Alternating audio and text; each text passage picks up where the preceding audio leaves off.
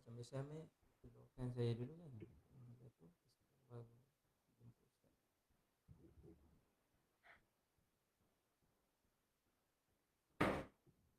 Okey, okey. Ana ni jap ada hal jap. Tak apa, tak apa. Tandas. Sila. Dia yang ni balik. Apa sila?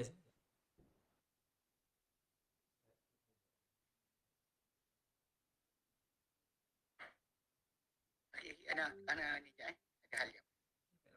Tandas. Dia yang ni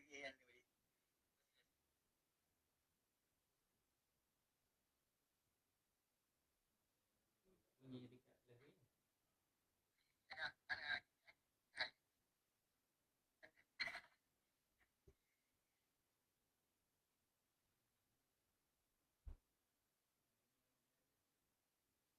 USB loop off.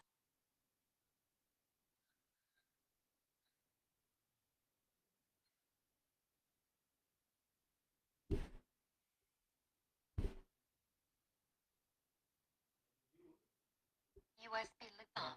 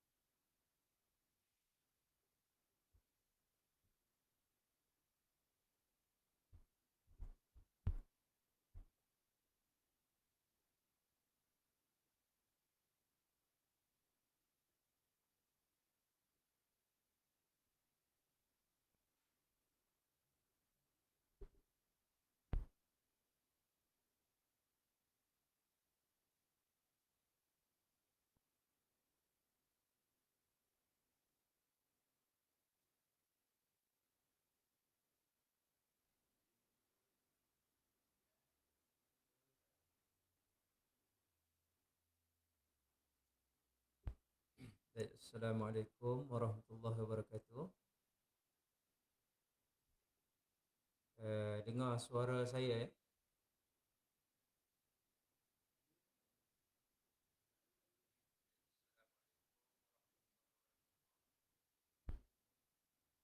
Um,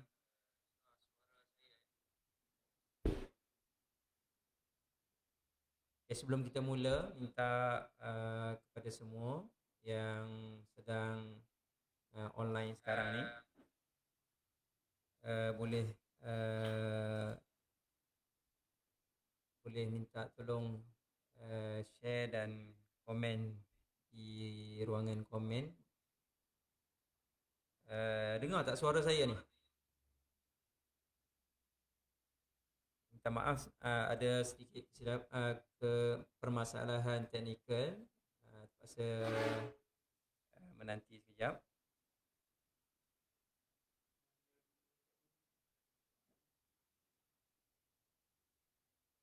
Saya minta kepada semua yang sedang online sekarang, yang tengok memang dah nampak di Facebook sekarang sedang live di page Seriti Darul Amilin. Boleh tolong komen sikit lah, sebab saya nak pastikan betul-betul dengar tak suara ni.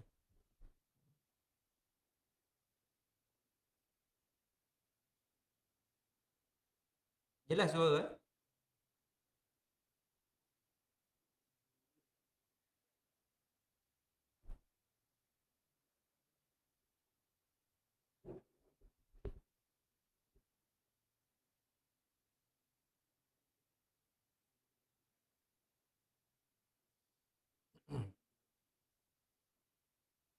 Okey, Alhamdulillah. Ada yang komen.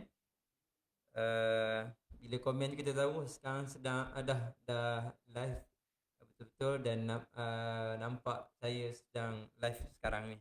Jadi insya-Allah sebentar lagi kita akan mula. Fadil Ustaz pun dah bersedia. Sebelum daripada tu juga, sekali lagi saya minta pada semua yang sedang online sekarang ni, boleh tolong bantu, tolong share, tolong like ataupun komen di ruang komen tu, supaya insya-Allah kita sama-sama lebih bersemangat untuk berforum pada malam ni, insya-Allah. Forum tajuk ni alhamdulillah, tajuk yang mantap yang kita akan bicarakan pada malam ni. Tajuk tentang keluarga, kita nak bicara tentang kekeluargaan.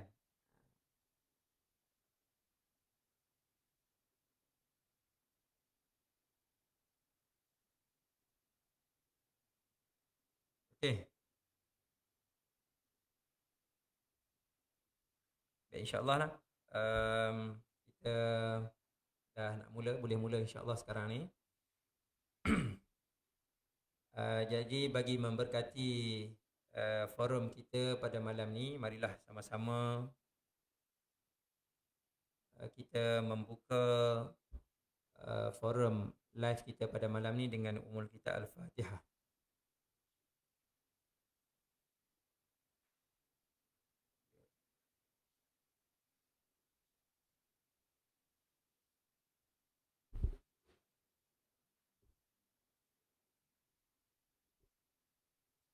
Baik, bismillahirrahmanirrahim. Alhamdulillah wassalatu wassalamu ala Rasulillah wa ala alihi wa sahbihi wa man walah. Rabbi shrah li sadri wa yassir li amri wahlul 'uqdatam min lisani yafqahu qawli.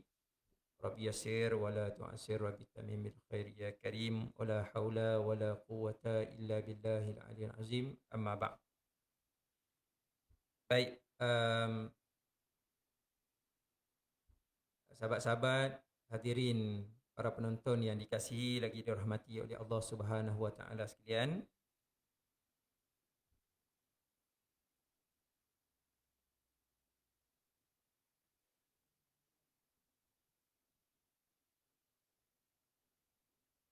Baik, insya-Allah kita akan teruskan forum kita pada malam ni. Agak rasa macam belum jelas suara. Jelas suara? Boleh?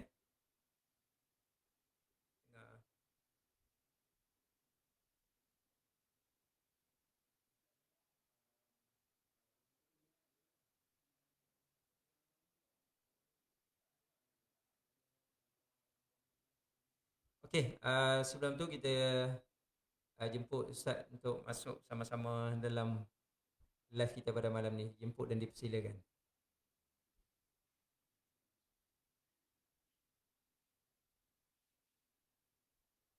Bismillah walhamdulillah wassalatu wassalamu ala Rasulillah wa ala alihi wa sahbihi wa man wala. Pertama, marilah sama-sama kita merafakkan kesyukuran kita pada Allah Subhanahu wa taala kerana pada malam ni, malam yang berbahagia ini, kita dapat bertemu dalam forum yang kita akan bicarakan satu tajuk tentang pedoman keluarga Islam menurut sunnah. Tajuk yang kita akan forumkan pada malam ni iaitu pedoman keluarga Islam menurut sunnah. Cerita tentang family lah, tentang keluarga masing-masing. Daripada kita membujang, mesti kita ada niat nak berkeluarga, ataupun yang bujang pun dia tetap ada ibu ayah dan ada kekeluargaan, sistem kekeluargaan tersebut. Jadi insya-Allah masing-masing kita hidup dalam suasana yang macam tu, Ustaz, no? Baik Ustaz, tajuk ni penting lah yang kita akan bicarakan pada malam ni, dan insya-Allah lah kita kalau boleh bila dalam di iklan tu kita ada seruan dalam iklan tu supaya kita menonton ataupun kita tengok live pada malam ni bersama dengan ahli keluarga. Jadi kalau boleh share lah kepada family, grup keluarga family kita, share pada sahabat-sahabat kita, share pada adik-adik kita. Semualah yang boleh kita rasa ringan tangan kita nak buat pahala pada malam ni, insya-Allah. Baik. Baik, sebelum kita meneruskan, jadi kita kena kenal lah. Pepatah mengatakan bahawa tak kenal maka tak cinta. Jadi kita nak kena kenal siapakah panel kita pada malam ni yang handsome, segak bergaya ni, yang bersama-sama dengan kita. Okay, first time Ustaz dengan live bersama dengan Seriti, ya. Masya Allah. Baik Ustaz, saya perkenalkan sedikit lah apa yang saya tahulah biodata pengenal tentang Ustaz. Panel kita pada malam ni adalah Al-Fadhil Ustaz Adli bin Muhammad Saad. Ustaz Adli bin Muhammad Saad. Ustaz, cuma saya tanya-tanyalah apa yang saya tak tahu, saya tanya. Ustaz asal daripada setapak Kuala Lumpur, orang KL lah. Memang asal KL, tak ada campur-campur mana lah. Isteri?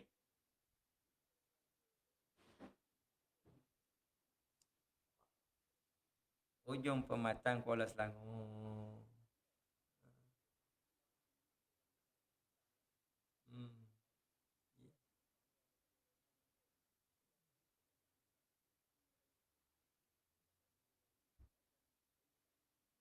Ya, ya. Jadi keluarga nenek pun semua ada di Kuala tu.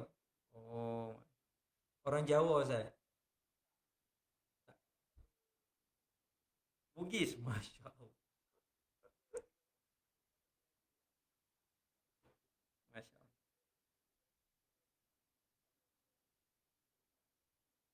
Oh. Oh.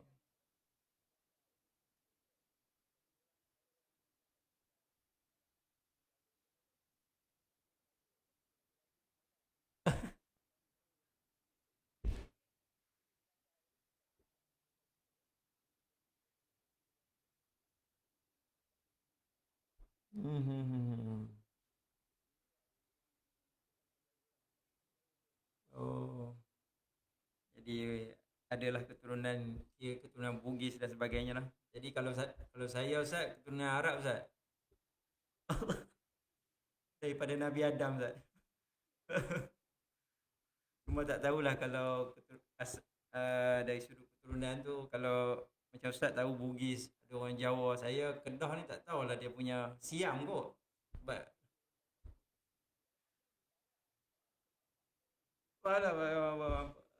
Masya Allah. Ustaz, isteri pun orang Kedah. Kedah mana Ustaz?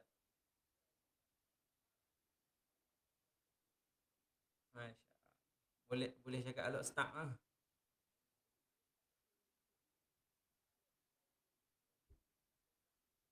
Tak. Subhanallah. Prinsip. Oh. Allah.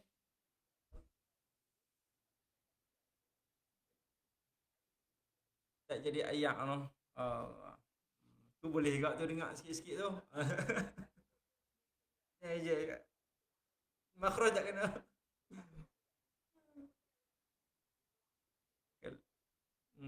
Baik. Tak apa Ustaz. Kemudian Ustaz belajar dulu di Yaman Ustaz. Lama di Yaman.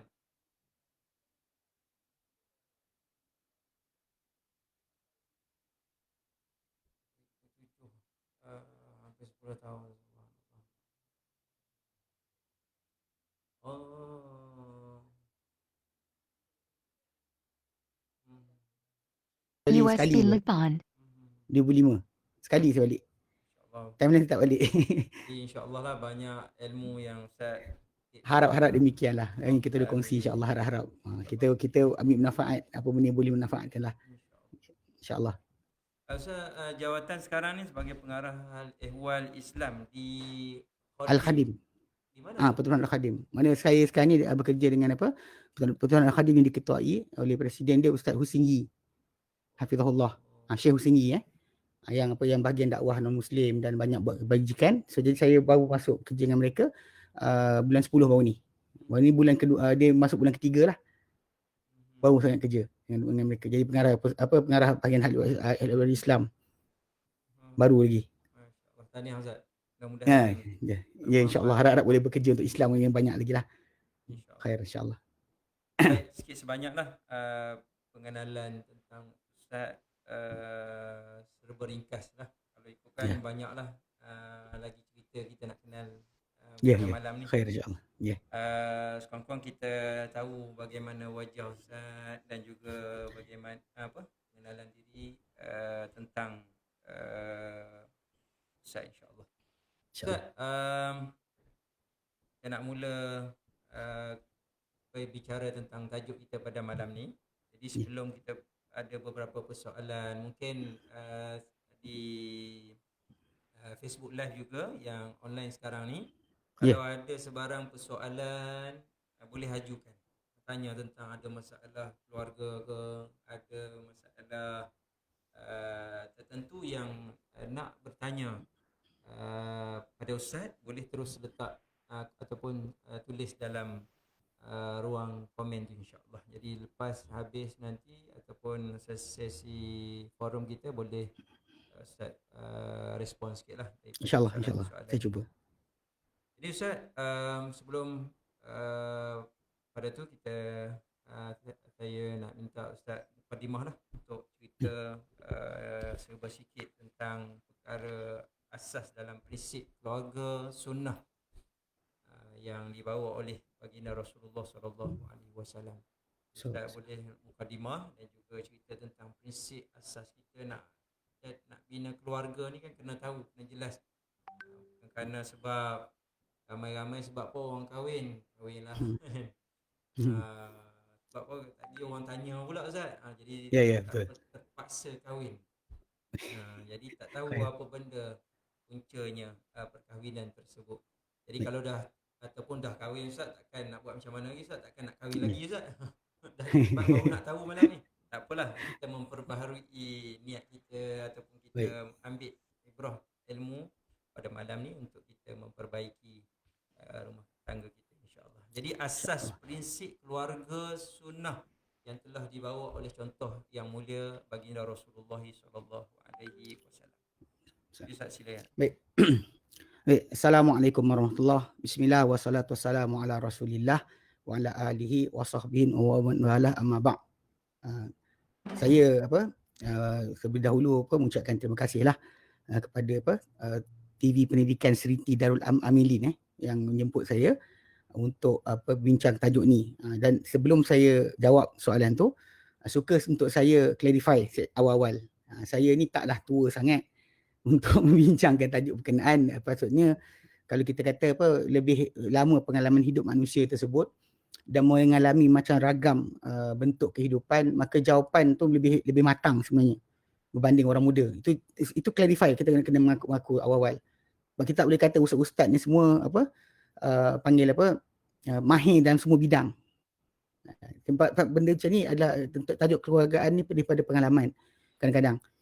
Cuma oleh kerana disebut dengan sunnah, disebut dengan sunnah, disebut tentang tajuk keluarga ni sudut agama, berdasar pada bacaan ataupun pelajaran saya sebagai seorang pelajar untuk ilmu agama, maka saya akan cuba huraikan berdasar kepada kadar tersebutlah. Semoga Allah Ta'ala berikan panduan pada kita lebih baik lagi. Pasal balik pada asal, saya bukanlah orang terbaik untuk bincang tajuk ni. Terus terang, kita tak boleh nak panggil declare kita tahu semua. Kita kan muka saya semua benda ni kan. Tajuk keluarga muka dia, gaduh dengan orang sesat pun muka dia. Sembang konspirasi muka dia. So tak sedap jugalah kan. Kita tak nak bolok semua benda tajuk tu. Tapi bila bincang berkenaan dengan sunnah, dan kita insya-Allah ada panduan yang jelas tentang asas kekeluargaan Islam. Baik. Kalau kita perhatikan sebenarnya Allah SWT jadikan manusia ni ada fitrah, ada naluri asal pada diri mereka, yang mana sukakan kepada wanita, sukakan kepada harta, macam Allah sebut dalam Quran dan surah Al-Imran ayat ke-14. Allah nyatakan a'udzubillahi minasyaitonirrajim, zuyina linnas, dihias untuk manusia ni hubbus syahwat, cinta keinginan, cinta syahwat, minan nisa, terhadap golongan wanita, wal banin, dan anak-anak, wal qanatir muqantaratu minadh-dhahab wal fiddah, dan harta yang berpukar-pukar dari emas dan perak, wal khairil musawwamati, dan kuda yang berpelana, yang berhias, wal an'am wal harth, dan tanam-tanaman, binatang ternakan dan tanam-tanaman. Dzalika mata'ul hayatid dunya, itu adalah kesenangan kehidupan dunia. Wallahu indahu husnul ma'ab, Allah Ta'ala dia di sisinya sebaik-baik tempat kembali. So memang ini fitrah yang tak boleh elak. Sebab balik pada asal, permulaan punca untuk kekeluargaan ni duduk kat situ. Mana keinginan kita untuk cinta pada wanita, suka ada anak-anak, sukakan harta benda yang banyak. Sebab kalau kata kita ada harta tapi tak ada orang kita nak kongsi pun tak guna juga. Kita akan rasa kosong. Jiwa kita kosong. Bila ada anak kita pakai, harta kita banyak, kita mewah, dapat harta kita dipakai oleh keluarga kita, kegembiraan tu akan datang dalam diri kita. Macam kita bagi anak kita makan lah. Kita beli makanan letih-letih, bawa balik makanan, dia makan dengan sedapnya. Happy, walaupun kita kata kita nak makan juga, tapi lain sekali bapak pun bagilah anak makan. Ini keseronokan Allah Ta'ala jadikan naluri dalaman. Pada manusia memang ada macam tu. Jadi bila mana naluri tersebut dah ada, cinta nafsu ni dah ada, maka Allah Ta'ala suruh kita salurkan kepada jalan yang betul. Ini jalan ni datang kekeluargaan. Dan keluarga sebenarnya kalau ikut dalam Quran, dalam Quran Karim sebutkan lebih guna kalimah ahlun kan, ahlun. Tapi kalau kita sebut keluarga dalam konteks luar daripada tajuk Al-Quran Karim, kemudian kita sebut usrah. Kita panggil usrah kan. Dan usrah ni kalau ikut dalam kamus bahasa Arab datang macam Mu'jamah Qais Lughah dan lain datang sebut, dia kata asara, alif hamzah, sin, ra, dia kata adalah usul yang 3 huruf yang asal yang satu je. Dan makna dia adalah pada asalnya adalah cinta dan juga memegang. Cinta dan memegang. Itu asara. Macam kita panggil tawan. Macam tu menawan kan. Kan tawanan perang kan asra kan. Okey. Kemudian dalam kalimah usrah tu pula, bila dah dijadikan kalimah usrah, selain maksud keluarga, dia ada maksud sebagai baju besi atau perisai yang kukuh. So kalau kita faham pada sudut itu, memang kekeluargaan tu dari segi sudut itu memang dia ada intipati dalam mana kita buka Al-Quran Karim. Dan bila sebut tentang asas keluarga dan sunnah ni, kita kena ingat bahawa Nabi SAW bila ditanya kepada Aisyah radhiyallahu anha, macam soalan ditanya oleh Sa'ad bin Hisham bin Amir, ditanya Aisyah radhiyallahu anha, dia kata, ya ummah, wahai ibu, dia kata, ya ummul mukminin, macam mana akhlak Rasulullah? Maka Aisyah radhiyallahu anha jawab, kana khuluquhul Quran. Engkau baca Quran tak? Dia kata ya. Engkau baca Quran, dan akhlak Nabi adalah Al-Quran. So dari situ kita nak lihat sudut mana yang dikatakan akhlak Nabi dalam konteks masalah keluarga ni ataupun asas keluarga dalam sunnah ni, kita kena lihat dalam Quran. Okay, Allah SWT sebut kita sebut tadi tentang masalah asal pertama, kita ada kecintaan pada wanita, anak-anak dan harta yang banyak, emas perak, kenderaan yang bagus dan sebagainya, tanaman dan ternakan, semua tu tadi kita beri asas pertama Allah Ta'ala jadikan. Kemudian kita disuruh salurkan kepada tempat yang sepatutnya. Maka Allah Ta'ala jadikan perkara ini dalam surah Rum ayat 21. Surah Ar-Rum ayat 21 Allah Ta'ala nyatakan, wa min ayatihi, dan di antara tanda kebesaran Allah Ta'ala, an khalaqalakum min anfusikum azwaja, boleh jadikan untuk diri kamu, ya, jadikan untuk kamu dari diri kamu sendiri, daripada bangsa kamu sendiri, pasangan-pasangan hidup. Litaskunu ilaiha, supaya kamu tenang kepadanya, kepada pasangan kamu. Wa ja'ala bainakum mawaddatan warahmah, dan jadikan di antara kamu mawaddah warahmah, kasih sayang dan juga belas kasihan. Inna fi dzalika laayatin liqaumin yatafakkarun, pada perkara itu ada bukti-bukti untuk kaum yang memikirkan. Okey. So dekat sini 3 asal disebut dalam hadis, dalam Al-Quran tu. Okey. Dia pertama sekali ketenangan. Mana perkahwinan tu atau kekeluargaan tu untuk mewujudkan ketenangan dalam jiwa. Maksudnya bila manusia itu dia ada keluarga, ada rumah, kan? Maka dia akan sentiasa pergi keluar ke mana saja dia pergi, susah ke mana pun dia pergi, dia alami, berakhir dengan tempat dia berehat, satu tempat. Itu rumah dia, keluarga dia, tempat dia patut balik. Yang ada mak bapak dia, ada isteri dia ke. Baik, tapi kat sini Allah Ta'ala sebutkan tentang isteri tu sendiri, mana kekeluargaan tadi, mana taskunu ilaiha. Kemudian waja'ala bainakum mawaddatan warahmah. Ada cinta, ada belas kasihan. Dia semua kena ada, sebab ni tak boleh tinggal salah satu.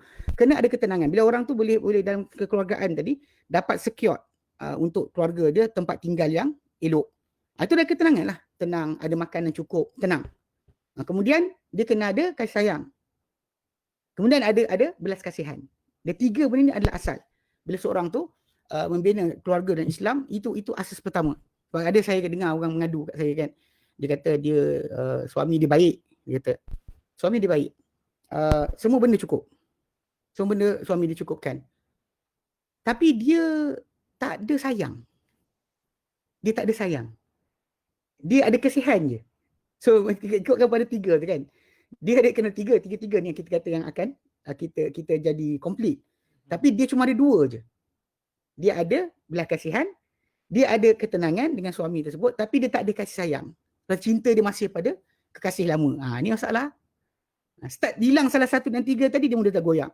Jadi kita kadang kita nasihat kita pada orang macam ni kan.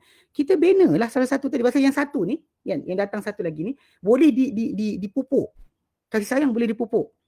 Kan? Belas kasihan tu mungkin naturally datang, tapi kasih sayang tu boleh dipupuk. Hari demi hari, bulan demi bulan kan, tahun demi tahun, bila kita kata tengok orang tu, perhatikan balik kebaikan dia, sepatutnya timbul sini. Dia mesti timbul. So 3 perkara tu adalah asas pertama lah kalau kita nak fahamkan. Okay, di samping itu sebenarnya kalau kita kena fahamkan juga, dalam konsep masalah kekeluargaan ni, Allah Ta'ala letakkan setiap orang yang dalam keluarga tadi ada tanggungjawab. Kena semua orang tanggungjawab. Sebab nanti kalau pada kes nanti kalau persoalan tentang permasalahan keluarga pun, tajuk ni kita kena rujuk balik. Yang ini berkenaan tanggungjawab. Sebab tu Allah Ta'ala sebut dalam Quran kan, permulaan first tanggungjawab bagi seorang. Contohnya macam keluarga ni, bila kita ada keluarga, kita yang suami, yang perempuan, yang isteri, anak-anak kan, semua ni ada tanggungjawab masing-masing. Tapi matlamat pertama mereka yang ditentu oleh Allah Ta'ala, contoh dalam surah Ghafir dan surah At-Tahrim ayat ke-6. At-Tahrim ke-6 Allah Ta'ala nyatakan, ya ayyuhalladzina amanu, hai orang beriman, qu anfusakum wa ahlikum nara. Pelihara diri kamu dan keluarga kamu daripada api neraka. Ini basic pertama. Siapa jadi bapa, siapa jadi mak, siapa jadi anak, yang pertama dia kena usahakan adalah jangan bagi orang dia sayang ni masuk neraka. Ni basic. Kalau dia kata kita sayang kat dunia, jaga dia, protect daripada kena langgar kereta, protect daripada kena penyakit. Kan kita nak pergi anak bawa, kan kita balik rumah mandi, kita zaman Covid ni kan, balik rumah mandi, tak nak anak peluk sebelum daripada kita mandi. Kan? Jadi benda ni semua untuk protection bagi dia. Tapi kena ingat, protection sebenar bukan sampai sini sahaja. Kita nak sampai ke syurga nanti sepatutnya. Yang ni sebab tu kenapa seorang tu kena basic pertama bila kita berkeluarga tadi, orang tu kita sayang, dan kita ada keterangan, ada kasih sayang, ada belas kasihan pada mereka, maka kena pastikan mereka bersama kita. Sampai nanti, sampai kiamat nanti, bersama-sama terpelihara daripada neraka. Pertama, okay. Kedua, contoh lain masa kita lihat dalam Quran Karim, banyak ayat-ayat datang macam ni, yang kita kata menjaga protection for keluarga. Macam dalam surah Al-Baqarah, ayat yang ke 128. 128, doa Ibrahim dan Ismail alaihi wassalam. Ni kalau kita kumpul dalam Quran banyak doa macam ni. Doa bapa atau ibu minta untuk anak. Nanti ada doa anak-anak minta untuk mak bapak. Cuma kat sini kita dalam ayat ni Allah Taala nyatakan bila Ibrahim dan Ismail alaihissalam bina Kaabah kan, kemudian mereka doa kepada Allah Taala untuk terima amal mereka buat, kemudian mereka kata apa? Rabbana waj'alna muslimain laka. Wahai Tuhan kami, jadilah kami ini dua orang yang Islam kepada Engkau. Wa min dzurriyyatina, daripada zuriat kami ummatan muslimatan lak, satu umat yang muslim yang menyerah juga kepada Engkau. Dia minta bukan untuk diri dia saja untuk selamat, bahkan untuk zuriat dia. Wa arina manasikana wa tub alaina, tunjukkan kami ibadat haji kami, kerana kena taubat ke atas kami, innaka antat tawwabur rahim, Engkau Maha bertaubat lagi Maha penyayang. Contoh lain macam Ibrahim AS doa, bila Allah Taala beri pada Ibrahim kelebihan. Allah Taala nyatakan surah Ibrahim surah Al-Baqarah 124, Allah Taala nyatakan apa, wa idh ibtala Ibrahim rabbuhu bikalimatin fa atammahunna, dan nyatakan Allah Taala menguji Ibrahim beberapa kalimah, maka disempurnakan akan perintah Allah Taala yang Allah Taala berikan. Allah Taala kata qala inni ja'iluka lin-nasi imama, aku jadikan kau untuk manusia sebagai pimpinan. Lepas tu Ibrahim kata qala min dzurriyyati, dia kata daripada zuriatku juga ya Allah. Dia nak bukan setakat untuk diri dia. Saya tadi kan neraka selamat bukan kita seorang, Islam agama betul bukan kita seorang. Hatta kita baca ayat ke depan sikit, memang kita jumpa pesanan Ibrahim dan Ismail dan Yakub pun pesan suruh jadi Islam. Pesanan sebelum mati tu. Wasiat mereka. Okay, kemudian ayat lain macam surah Ibrahim ayat 40, Allah Taala nyatakan tentang doa Ibrahim, Rabbi ja'alni muqimas salah wa min zurriyyati. Wahai Tuhanku, jadikanlah aku orang mendirikan solat dan daripada zuriatku pun sama juga. Okey. Jadi okey, kalau kita lihat kat situ kan, memang kita kata dari sudut itu memang kita kata benda tersebut adalah kemestian. Daripada pemimpin keluarga, mana mak bapak pada asas pertama kena memerhatikan atau bersungguh-sungguh untuk jadikan anak-anak ni benar-benar terselamat. Sebab ini panduan yang kita lihat dalam Quran Karim kan, panggil effort. Setiap para nabi, setiap yang beriman nakkan supaya keluarga dia bersama-sama dia di akhirat nanti. Tidak hanya berhenti kat situ saja. Okey, itu kalau kita daripada sudut ibu bapa lah. Kalau anak-anak pula kalau kita perhatikan macam Ibrahim punya doa lah. Cuma doa Ibrahim AS 41 tu dia doakan Rabbighfirli wa liwalidayya wa lil mu'minina yaumal yaqumul hisab. Wahai Tuhanku, ampunkan dosaku dan dua ibu bapaku pada hari dan untuk orang beriman pada hari berlakunya hisab. So anak-anak pun macam tu juga. Dia kena pastikan macam tu. So Allah SWT jadikan kita punya hubungan kekeluargaan ni sebenarnya bukan kat dunia je. Asas dia adalah kita nak bersama dengan keluarga kita sampai kiamat. Bahkan dalam Al-Quran surah Ghafir ayat yang ke-8 kan. Allah Ta'ala ceritakan berkenaan dengan doa para malaikat. Ini doa para malaikat memikul arash, dan siapa malaikat-malaikat bersama dengan malaikat memikul arash, dia doa Rabbana dalam ayat ke-8, Rabbana wa adkhilhum, wahai Tuhan masukkanlah mereka, itu orang beriman tu, jannati adnin, syurga kenikmatan, ya allati wa'adtahum, yang kau janjikan mereka, wa man salaha min abaihim, dan masukkan juga syurga tu siapa yang baik di kalangan bapa-bapa mereka, wa azwajihim, pasangan-pasangan mereka, wa dzurriyyatihim, dan zuriat mereka, innaka antal azizul hakim, engkau maha perkasa lagi maha bijaksana. Dan dalam surah Ar-Ra'd ayat 23, 22, 23, 24 pun datang tajuk yang sama kan. Yang syurga tu Allah kata jannatu adnin, jannatu adnin, syurga kenikmatan, yadkhulunaha, mereka akan masuk dalam syurga. Dia kata wa man salaha min abaihim, dan siapa yang baik di kalangan bapa-bapa mereka, dan wa azwajin, isi pasangan-pasangan mereka, wa dzurriyyat mereka. Okay. Dan jadi malaikat pula masuk ke atas mereka daripada setiap pintu. Salamun alaikum. Mana malaikat akan ucap salam pada mereka masuk ke syurga tu bersama keluarga masing-masing. Jadi ini yang kita kata, yang kita cuba nak bina kan, dalam kita kata keluarga kan, kegembiraan keluarga tadi mesti berasas pada perkara tadi. Kita nak bersama mereka, kita sayang mereka, tapi bawa sampai syurga. Janganlah kita jadi nanti macam dalam ayat Quran yang Allah nyatakan dalam surah Al-Ma'arij ayat 8-14, yang Allah nyatakan yauma takunus sama'u kal muhl, hari di mana jadinya langit seperti tembaga yang dicairkan. Okay, wa takun jibalu kal ihn, dan jadi gunung seperti bulu. Wala yasalu hamimun hamima, dan takkan tanya orang yang penyayang akan orang yang disayang. Yubassarunahum, dan akan dilihatkan mereka siapa yang disayang, tapi yawaddul mujrimu, akan suka orang yang buat kesalahan. Lau yaftadi min azab yaumi idzin bibani, kalau boleh dia nak lepas daripada azab hari berkenaan, hari kiamat nanti, dengan anak dia sendiri. Wa sahibatihi wa akhihi, dan dia tebus diri dia dengan teman dia, isteri dia, dan juga adik-beradik dia. wa fasilatu tu'wih, dan juga tempat apa semua keluarga dia yang dulu menyelamatkan dia. Okey, wa man fil ardi jami'an, dan semua manusia di muka bumi semua yunjih kena diselamatkan. Tapi kita akan selamat, cuma hari itu kita bimbang kalau kita tak bina asas daripada sini yang betul, nescaya di sana nanti punca dia adalah kita saling tolak menolak. Semua akan lari. Ini kita bimbang. Sebab tu Allah sebut dalam surah Al-Abasa ayat 33 sampai 37, Allah nyatakan fa idza ja'atis sakhah, hari di mana berlakunya pekikan. Okay. Pekikan kiamat. Yauma yafirul mar'u min akhihi, hari di mana lari seorang manusia itu daripada adik-beradik dia sendiri. Wa ummihi wa abihi, daripada mak dia, daripada bapak dia. Dia lari. Bukan datang, dia lari. Wa sahibatihi wa bani, daripada teman wanita di mana isteri dia, dan juga wa bani, dan daripada anak-anak dia. Likulli imri'in yawma idzin minhum yawma idzin sya'nun yughni, untuk setiap manusia pada hari berkenaan ada urusan mereka yang sangat mereka bimbangkan, yang sibukkan sampai mereka lari. So kita nak yang pada macam yang sebutkan, didoakan malaikat masuk syurga bersama keluarga. Bukan nanti sampai akhirat kita lari satu sama lain. Semua tunding-tunding menjari, tak nak. Sebab kita balik pada asal, memang tanggungjawab kita adalah bersama-sama untuk bawa keluarga kita ke syurga. Itu asas pertama. Wallahualam. Okey, baik. Jadi makna kata Ustaz, kita asas kita nak bina rumah tangga tu, kita nak bawa diri kita masuk syurga, kita nak bawa keluarga kita masuk syurga, dan kita Betul. juga diselamatkan daripada neraka, api neraka Betul. Allah Subhanahu Wa Taala.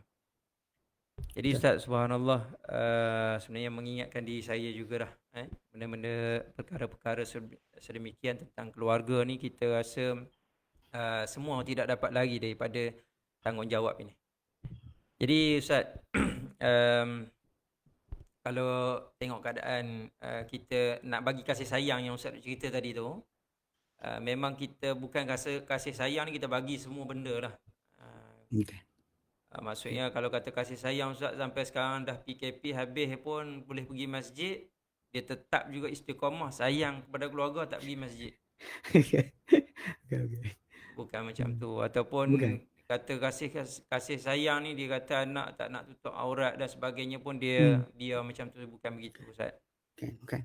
Jadi mana kata dia nak pimpin keluarga dia masuk ke dalam syurga, insya-Allah. Jadi itulah antara ajaran yang telah ditunjukkan oleh baginda sallallahu alaihi wasallam. Secara asasnya itulah prinsip pembinaan sebuah rumah tangga, insya-Allah, yang insya-Allah mudah-mudahan dapat sakinah, insya-Allah. Baik Ustaz, soalan seterusnya lah. Saya tanya soalan dulu. Kalau ada nanti soalan dekat komen, kita jawablah soalan tu. Kalau tak ada soalan, kita sama-sama kita berbincang lah pada malam InsyaAllah. InsyaAllah. Ustaz, sebut tentang adilnya, nak berlaku adil, ataupun orang sebut tentang keadilan ni, masing-masing nak tuntut hak masing-masing. Kalau kata isteri, dia akan kata abang tak bagi apa hak yang sepatutnya bagi pada dia kan. Itu isteri lah. Kalau suami pula duk kata, alah aku dah bagi dah sekian, tapi isteri tak buat sebaiknya. Jadi masing-masing menuntut hak masing-masing. Jadi Islam ni adalah agama yang adil lah Ustaz, dan memenuhi segala fitrah manusia tu sendiri kalau kita ikut garis panduan Islam yang betul. Jadi Ustaz boleh cerita sikit apa garis panduan yang telah ditetapkan oleh Islam untuk suami ni, macam mana cara dia, untuk isteri ni apa hak dia dan sebagainya. Itu dah Islam garis. Ustaz boleh cerita sikit, insya-Allah. Bismillah wassalatu wassalamu ala Rasulillah. Okay, baik. Ini tajuk ni generally sepatut diketahui oleh setiap suami isteri sebelum akad nikah lagi. Ni kadang-kadang kita sedih lah juga bila kursus nikah dibuat. Ni terus terang nanti kan orang marah pula, tapi tak terus terang pun tak betul. Biasa kursus nikah dibuat, tak diajarkan betul-betul sangat tentang masalah tajuk ni. Itu hak suami, hak isteri. Mana apa benda yang suami kena tunai pada isteri dan apa isteri kena tunai untuk suami. Ini benda ni adalah asas yang sepatutnya semua orang tahu. Sebelum dia masuk, macam kita masuk kerja lah. Bila kontrak, kita ada kontrak kan, kerja kontrak kita, apa benda kita kena buat, kena hadir pukul berapa, apa benda kita kena selesaikan. Benda tu kena tahu sebelum kita terlibat dengan pekerjaan berkenaan. Tak boleh kita terus-terus apa masuk, saya suka nak kerja lah, tapi tak tahu apa benda peraturan. Masuk ikut suka hati dan sebagainya. So in the end, last sekali benda tu akan menjadi masalah pada diri kita. Sebab kita tak menunaikan hak dan tanggungjawab. Dan dalam tajuk perkahwinan ni, ia adalah di antara paling besar. Sebab akad perkahwinan tu kita ambil atau kita pegang dengan hak Allah Subhanahu Wa Taala, dengan janji Allah, bukan dengan kita, suka-suka hati kita. Nanti kita akan baca hadis Nabi yang menerang perkara tersebut. Ini bukan benda yang akad macam biasa. Dia akad yang Allah Taala yang menjadikan halal untuk kita akan isteri kita, dan isteri kita halal untuk kita, diri kita untuk dia. Jadi kalau kita fikir hak, ni sebenarnya kalau semua kitab-kitab fiqh dah sebutkan tentang hak suami dan hak isteri. Apa suami kena buat untuk isteri, apa isteri kena buat untuk suami. Okey. Dan dalam tajuk hak ni, kalau kita lihat, para ulama pecahkan pada hak isteri. Kita bincang hak isteri dahulu. Apa yang isteri perlu dapat, kena suami kena tunaikan. Okey, hak isteri ni dia ada dua sudut. Satu sudut harta, satu sudut bukan harta. Okey, kalau sudut harta ni, kita ada 3 perkara. Mahar, mas kahwin, nafkah, belanja hidup, tu, dan juga tempat tinggal. 3 ni, yang pakaian tempat tinggal masuk sekali lah. Nafkah hidup tu termasuk pakaian, makan, yang tempat tinggal tu tempat dia menetap. Kita kata 3 tu. Itu yang berbentuk daripada segi bentuk harta. Kemudian dari sudut bukan harta pula, dia adalah pertama macam contoh keadilan dalam membahagikan. Kalau dia banyak isteri, pembahagian waktu dia untuk isteri-isteri dia. Kemudian layan dengan baik. Senyum pula. Sebut isteri banyak senyum. Kenapa? Okey. Layan dengan baik, kemudian tidak memudaratkan isteri. Okay, kita start satu persatu. Hak harta ni, pertama kita kata tadi mahar. Okay, mahar ni saya secara peribadi sebenarnya saya pernah tengok kan, ada kejadian-kejadian berlaku. Kan macam cerita Piramli biasa buat lah. Aku akan nikah, sekiannya hutang. Dia sebut kan, RM3 hutang. Dia tajuk ni bila hutang kan. Ni problem sebenarnya. Si suami tadi, isteri tu tak halal dia sentuh. Bahkan isteri tu boleh sekat, jangan sentuh saya selagi tak bagi mahar. Dia memang itu hak dia. Suami tak ada pegang dia. Ini problem yang sebenar dalam masyarakat kita ni. Bila sebut hutang kan, kita macam hutang. Kita ingat boleh suka hati kita je. Mana boleh. Selagi tak dibayar mahar tersebut, selagi tak halal sentuh isteri tu. Akad dah berjalan, tapi mahar kena dibayar. Itu hak isteri yang kena tunaikan. Pasal kemuliaan dia, pasal lelaki tu datang, maksud dia nakkan diri dia dengan bagi hadiah. Hadiah tu dia mesti diberikan. Tak boleh dipermain-mainkan, tangguh-tangguh sebagainya. Yang kadang ada orang tu kan ada anak 5 pun tak bagi lagi mahar. Ini masalah juga. Kan? Sampai dah sekali bercerai pun mahar tak bayar lagi. Ini pun ada kisah lah saya pernah jumpa. Dah bercerai. Sampai pihak perempuan tu keluarkan tajuk, dia tak pernah bayar ustaz, dia kata. Mahar kami. Kan mahar tak pernah bayar. Ni apa benda cerita kan. So macam mana? Dia tak tahu tau. Bahawa benda tu adalah benda yang mesti diberikan kepada hak wanita berkenaan. Okey. Jadi dan ni kewajipan kat atas suami tadi. Kalau tak dinamakan, tak disebut, maka dia kena bayar ikut kadar tempatan. Kalau tempatan RM6,000. Yang pentingnya dia kena bagi. Hadiah untuk perkahwinan bagi wanita berkenaan. Mulia dia bukan datang petik jari, wanita tu ikut dia. Tak boleh. Dia kena keluarkan harta dia. Sebagai tanda penghargaan wanita tu sanggup untuk tinggal bersama dengan dia. Itu hadiah yang patut dikemukakan. Okay. Kedua, nafkah. Nafkah ni belanja hidup. Jadi para ulama terangkan, memang kita tahu ijma' bahawa dalam Islam ni, bahawa tajuk nafkah isteri ni, suami kata isteri ni, adalah syarat yang sebenarnya suami tu juga mesti isteri tu juga boleh gunakan untuk sebab bila dia dah bagi nafkah, maka isteri tu mesti taat pada dia. Kalau isteri tu nusyuz, ingkar, ini biasa kes lah kat mahkamah bila jumpa tajuk dia tak nak bagi nafkah hidup sebab isteri tu nusyuz. So kadang-kadang suami tak nak bayar nafkah tu sebab nak sabitkan isteri tu nusyuz baru boleh tak bayar. Jika tidak, sepanjang mana isteri tu dalam keadaan tertinggal, memang wajib suami tu berhutang lah. Berapa bulanan perbelanjaan dan sebagainya. Unless wanita tu diisytiharkan oleh mahkamah sebagai seorang yang nusyuz, yang derhaka. Walaupun ada saya dengar lah ada orang sebut berkenaan dengan suami boleh nusyuz dengan isteri, nanti kita bincang bab terbalik nanti. Kadang-kadang dia lah pada zaman kita sekarang ni dah berbeza dari segi masalah pemahaman. Dan banyak orang menyangka bahawa bila kita sebut malam ni kita kita macam memenangkan lelaki. Tapi sebenarnya Allah Ta'ala yang suruh menangkan. Nanti kita bincang ayat tersebut. Tapi yang fahamkan dulu nafkah. Jadi kalau anda nafkah hidup tadi, memang kalau wanita tu tak taat, maka nafkah tadi tak ada pun tak apa. Tapi dan nafkah ni bukan semestinya wanita tu miskin. Kalau dia kaya sekalipun, tetap suami tu kena tunaikan nafkah ni. Kena berikan. Macam contoh dalam kisah Hindun binti Utbah, kan mak Abu Sufyan kan. Dia kata dia mak kepada Muawiyah bin Abi Sufyan. Mak Muawiyah, isteri Abu Sufyan. Kan dia kata suami dia kedekut.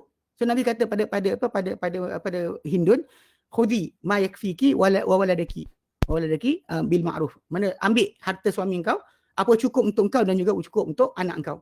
dengan baik. Jangan melampau lah. Tapi dia kata macam tu. Jadi kalau kita faham kat situ, memang kita kata benda tersebut yang Nabi saran kepada dia untuk ambil, itu hak dia. Suami dia, Abu Sufyan, memang kena bagi tanggungjawab hidup tadi. Ustaz, So memang kita kata, yep. nafkah tu berapa banyak tu? Maksudnya ikut kemampuan ke? Ya, ikut kemampuan. Ikut kemampuan dan ikut kecukupan sebenarnya. Apa yang cukup? Sebenarnya balik pada asal, makan dan pakai. Ada makan, ada pakai, ada tempat tinggal, cukup. Bukan maksud dia kena mewah besar, tak. So Allah sebut dalam Quran macam kes apa, bila kita kata berlaku perceraian sebagai kan, ketika untuk apa, untuk orang yang ada surah At-Talaq kan, wa 'alal musii qadaruhu kan, orang muqtiri qadaruhu, orang yang luas harta dia ikut kadar dia, orang yang miskin ikut kadar dia. Mataan ma'ruf, dia belah berikan apa sagu hati dengan baik. So maksudnya memang kena bayarlah, suami tu kena berikan. Cuma zaman kita sekarang ni memang kita kata benda macam ni memang kita kata ada orang pandang besar lah. Dia kata mesti ada belanja bulan berapa. Tak ada belanja bulan tetap. Tidak ada belanja bulan yang tetap. Makan. Ini kadang-kadang ada orang sebut kata mesti ada bulanan, allowance banyak mana, tak ada. Itu berdasar pada kadar cukup. Tapi apa suami tu beri pada isteri tu hak isteri. Emas, barang kemas ke apa benda sekalipun, tak ada pula suami tu nanti lepas daripada katakan isteri tu mati, dia kata ini hadiah ni aku bagi pada mak kau. Tak boleh. Claim balik. Harta tu tak boleh claim balik. Itu semua tu hak bini. So jadi benda tu tak boleh ambil balik Memang hak isteri anda. Jadi tapi yang kita kata dari segi asasnya, kadang-kadang ada orang dia tengok masyarakat barat. Dia orang ada perumitan masalah perkahwinan ni. Faham tak? Dia orang rumitkan, susahkan. Sampai sekali kita yang dengar cerita tu takut nak kahwin. Mana ada pampasan lah, kalau bercerai kena bayar inilah. Bercerai lah, mana ada masalah lain. Bercerai kena bayar apa? Alimony. Macam dari masyarakat barat kan. Si suami tu kena tanggung isteri dia yang janda tu, yang dia cerai tu kena tanggung. Macam dulu apa pelakon apa Robin Williams kot, yang buat cerita lawak-lawak tu kan dia mati bunuh diri. Di antara sebab dia bunuh diri tu ada tekanan kerana menanggung hutang. Hidup dia kahwin bini baru kena bayar. Bini lama dia kena tanggung juga. Ini kegagalan dalam masyarakat. Bila benda tu dengar, orang kita jadi mengarut. Sebab bila dah berlaku perceraian, putus dah. Tak timbul tajuk. Unless isteri tersebut jaga anak si suami berkenaan, barulah timbul tajuk nafkah hidup tu mesti berjalan. Jika tidak, tak boleh kita nak teruskan. Ada tempat tinggal ni, yang kita tinggal kan. Macam surah At-Talaq ayat kata ayat ke-6 kan, askinuhunna min haitsu sakantum min wujdikum. Bagi mereka tinggal daripada apa kalian tinggal, daripada keperolehan kamu. Apa kamu kadar. Rumah kamu kadar mana. Ada wanita tadi yang diceraikan tu ketika dalam keadaan iddah kena tinggal di rumah yang sama macam tu. Nilai yang sama. So basically kalau kita faham itu memang ini basic yang pertama, 3 perkara lah, bab harta, mahar, nafkah hidup, makan pakai, kemudian tempat tinggal kena ada. Okey. Kemudian dari segi masalah hak bukan harta. Untuk suami kentunan untuk isteri adalah yang pertama kita sebut tadi yang apa ustaz kita senyum adalah apa keadilan di antara isteri-isteri. Kalau di isteri banyak dia kena berlaku adil dalam pengagihan hari-hari. Tak boleh dia lebihkan isteri yang dia lebih disayang ke daripada isteri yang lain, tak boleh. Ini kita tak boleh. Dari segi tempat tinggal ke nafkah atau pakaian kena sama rata. Ya, mampu senyum Ustaz. Ya tahu, itulah saya tengok orang senyum tu masalah kan. Yang perempuan pun nanti ngamuk. Kata ustaz ni bukan. Ni masalah pertama yang nak bahaskan. Okey, tak boleh. Pasal kalau dia kata tak diingatkan, nanti suami ni akan merasakan bahawa dia boleh buat apa saja. Ini hak yang sepatutnya isteri tahu. Dan tuntutan berkenaan dengan pengagihan yang adil. Kedua, baik layanan. Ini wajib ke atas suami ni untuk mengelokkan layanan akhlak bersama isteri dia. Dan dia dahulukan apa yang mungkin dahulukan kepada isteri tadi. Kalau lembut hati ke, sebab kalau kita boleh berakhlak baik pada orang lain, maka untuk isteri tu lebih layak kita berakhlak baik. Ini kadang-kadang masalah. Saya tengok orang kat luar daripada rumah kan, dia punya protokol cara bercakap lembut dengan bini gitu. Ini masalah lah. Tak boleh. Sebab tu Allah sebut dalam Quran surah An-Nisa ayat ke-19, wa ashiruhunna bil ma'ruf, layanlah kamu, bergaullah kamu dengan mereka, dengan isteri kamu dengan baik.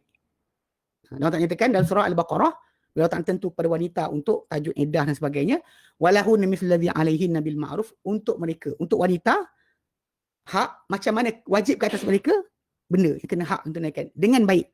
Macam mana mereka wajib tunaikan kepada suami juga wajib tunai pada mereka dengan baik. Ini masalah layanan. Kalau layanan pada suami nak layanan baik, dia kena dua-dua pihak, dua-dua layanan baik. Jadi isteri mesti layan dengan baik. Ini masalah kan yang kita dalam sunnah Nabi SAW. Nabi pesan dalam Bukhari dan Muslim, Nabi kata istausu bin nisa'i khaira. Berpesanlah kalian kepada golongan wanita dengan baik. Ini dia memang dalam hadis Nabi SAW banyak. Kalau kita baca kisah-kisah bagaimana apa contoh macam Ummu Salamah. Ummu Salamah pernah sekali dia haid. Tengah malam dia haid. Kemudian dia lari keluar daripada selimut dengan Nabi SAW, tukar pakaian. Nabi terjaga, Nabi kata dengan dia, "Ana fisti, engkau datang haid ke?" Dia kata ya. Nabi kata masuk balik. Nabi suruh dia tidur balik dengan Nabi. Kalau kita, apa ni? Kau ni kotor lah. Tak. Nabi tak buat macam tu. Layanan Nabi suruh masuk balik, duduk balik. Tak ada jijik. Bahkan Nabi SAW hadis yang lain, Nabi makan, Aisyah radhiyallahu anha minum daripada satu bekas dalam keadaan haid, Nabi minum pada tempat yang sama. Aisyah makan gigit daging pada satu tempat, Nabi gigit tempat yang sama. Ini kita lihat macam mana kita kata layanan Nabi SAW. Bahkan kisah Ummu Salamah pun dia kata Nabi SAW cium dia ketika dalam keadaan berpuasa dan mandi daripada satu bekas yang sama. Ini layanan. Seorang suami patut ada dengan isteri dia. Bukan rasa jijik, bukan sekian. Sebab isteri itu adalah patut diberikan layanan yang terbaik. Okey. Kemudian dalam masalah apa banyaklah kita baca kisah-kisah tu memang layanan layanan adalah benda mesti. Kemudian di antara itu juga hak yang mesti yang tak boleh yang patut suami tunaikan adalah tidak mudaratkan isteri. Tidak mudaratkan isteri. Ini daripada usul Islam lah sebenarnya. Kalau kita kata kalau buat pada orang lain pun tak boleh, buat pada isteri lagi lah tak boleh. Okey. Jadi haram kan, kalau dibuat pada orang lain haram, pada isteri lagi patut haram. Dan dalam hadis Ubadah bin As-Samit riwayatkan daripada Ibnu Majah riwayat Ibnu Majah dia kata Nabi kata la darara wala dirar. Tiada memudaratkan, jangan saling mudaratkan. Kita haramkan memudaratkan orang dan haram balas balik mudarat dengan mudarat. Kalau nak katakan isteri itu pun perangai tak elok ke, suami itu tak patut balas dengan benda yang sama. Tak patut balas dengan sama. Okey. Dan kemudian itu pada asaslah dan hadis Nabi SAW, Nabi kata apa? Yang ni saya sebut tadi dalam Sahih Muslim berkenaan dengan kenapa tajuk akad nikah ni sangat benda besar. Dalam hadis Nabi SAW, dia Jabir radhiyallahu anhu, dia kata dalam Hajjatul Wada', dia berkata, "Fattaqullaha fin nisa." Bimbanglah kamu, jagalah kamu mengenai golongan wanita. Fa innakum akhastumuhunna bi amanillah. Dan kalian ambil mereka dengan jaminan keamanan dari Allah Taala. Wastahlaltum furujahunna bi kalimatillah. Dan kalian halalkan akan kemaluan mereka dengan kalimat Allah. Walakum alaihin.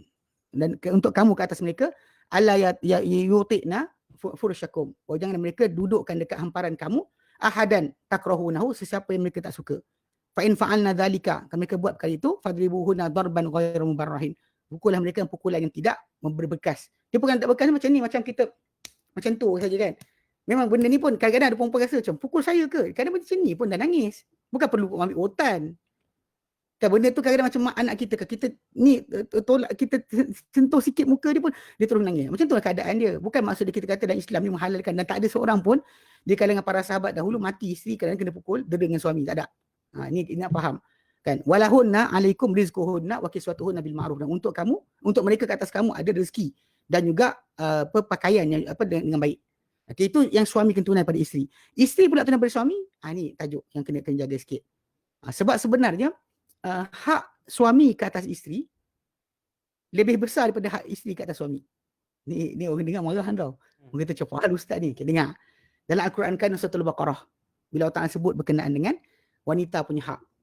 Allah katakan walahunna mithlu alladhi alaihinna bil ma'ruf, untuk mereka itu golongan wanita seumpama yang wajib ke atas mereka dengan baik. Maksudnya kalau apa patut mereka tunaikan, mereka patut dapat ditunaikan benda yang sama. Berarti ujung tu Allah Ta'ala sebut walir rijali alaihinna darajah, untuk lelaki ke atas mereka ada satu darjat. Ni darjat ni yang kadang-kadang zaman kita sekarang ni banyak kegagalan keluarga berpunca daripada wanita ni tak tahu dia punya suami ada satu darjat. Betul suami kita tu macam kawan kita, tapi dia bukannya kawan kita. Bahkan hak dia lebih besar ke atas kita daripada mak bapak kita. Itu masalah yang tak boleh faham. Kadang orang kita zaman kita sekarang ni bukan sekat suami, bapak sendiri pun dia marah macam adik dia.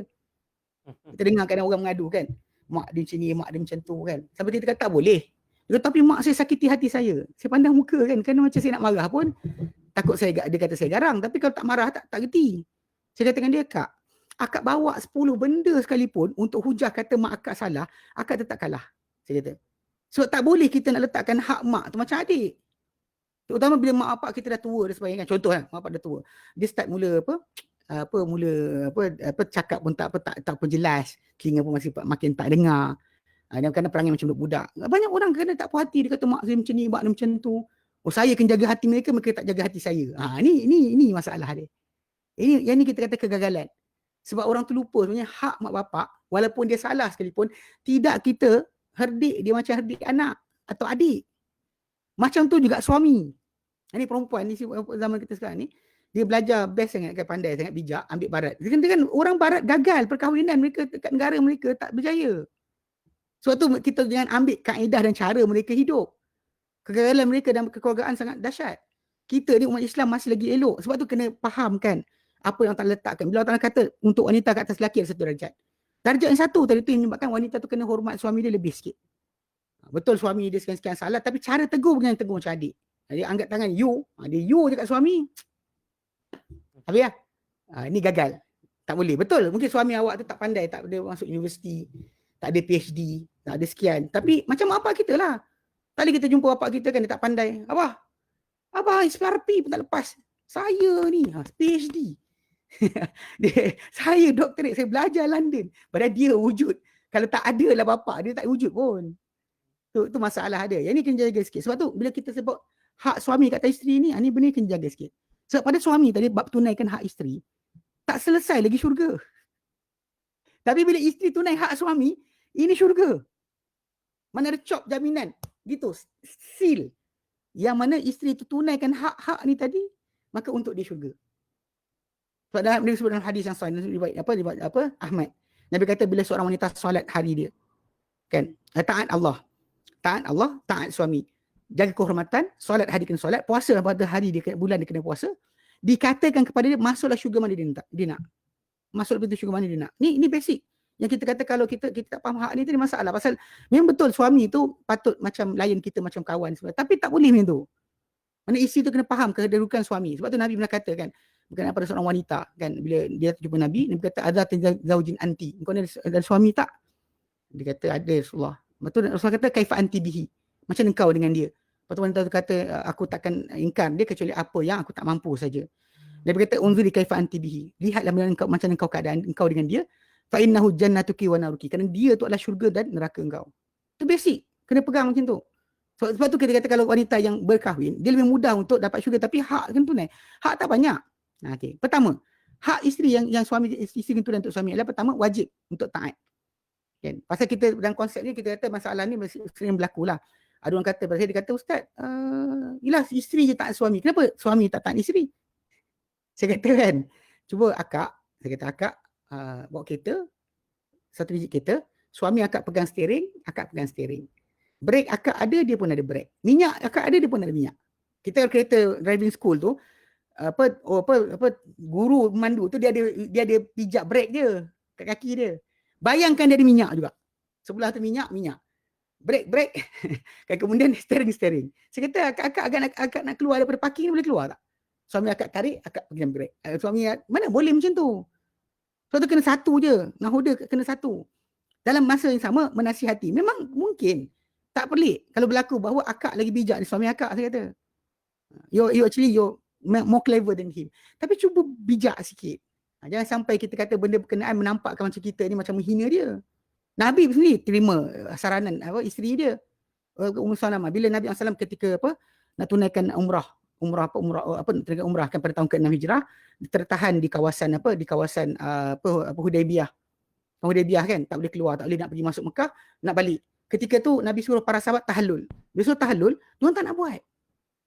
Dia masuk dalam kemah, Nabi nak marah, Nabi geram pasal diorang tak nak buat. Lepas tu isteri dia bagi saranan. Dia kata, ya Rasulullah, cuba kau buat dulu.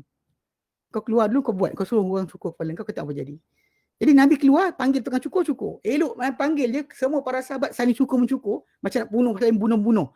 Seorang pegang pedang, ini pegang pedang kat kepala kawan ni untuk cukur kepala masing-masing. Sebab tengok Nabi dah buat. Bila kita Nabi suruh. Jadi tengok, saranan isteri Nabi terima. Sebab kita dalam konsep ni memang kita tahu, lelaki punya ego tinggi. Tapi masalah ketaatan tadi, isteri kena letakkan. Sebab Allah Ta'ala yang letak kelebihan tadi.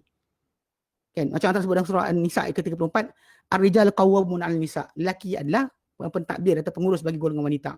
Okay, jadi itu kita. Okay. Kedua, isteri ni dalam hak. Ini pun masalah juga.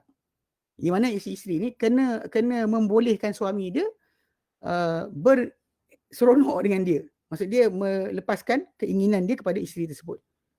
Tapi sering zaman kita sekarang ni pasal duk baca buku-buku psikologi barat, banyak perempuan kata apa? Saya tak ada mood. Walaupun dia tak ada haid. Dia tak ada mood. Dia tak ada mood. Oh, apa ingat hari ni barang apa? Ada. Start. Sedangkan benda ni, benda tak boleh dia halang.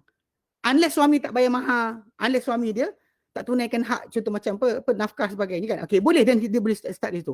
Tapi kalau dia kata suami tunaikan semua sekali, dia tak ada hak untuk dia sekat. Dia tak boleh sekat. Tajuk yang sekatan tadi biasa timbul daripada masalah orang belajar psikologi barat. Dia sibuk tentang mood. Suami tu kena mood dengan sebagainya kan. Dia tak ada mood dengan suami sentuh dia. Ini sangat salah.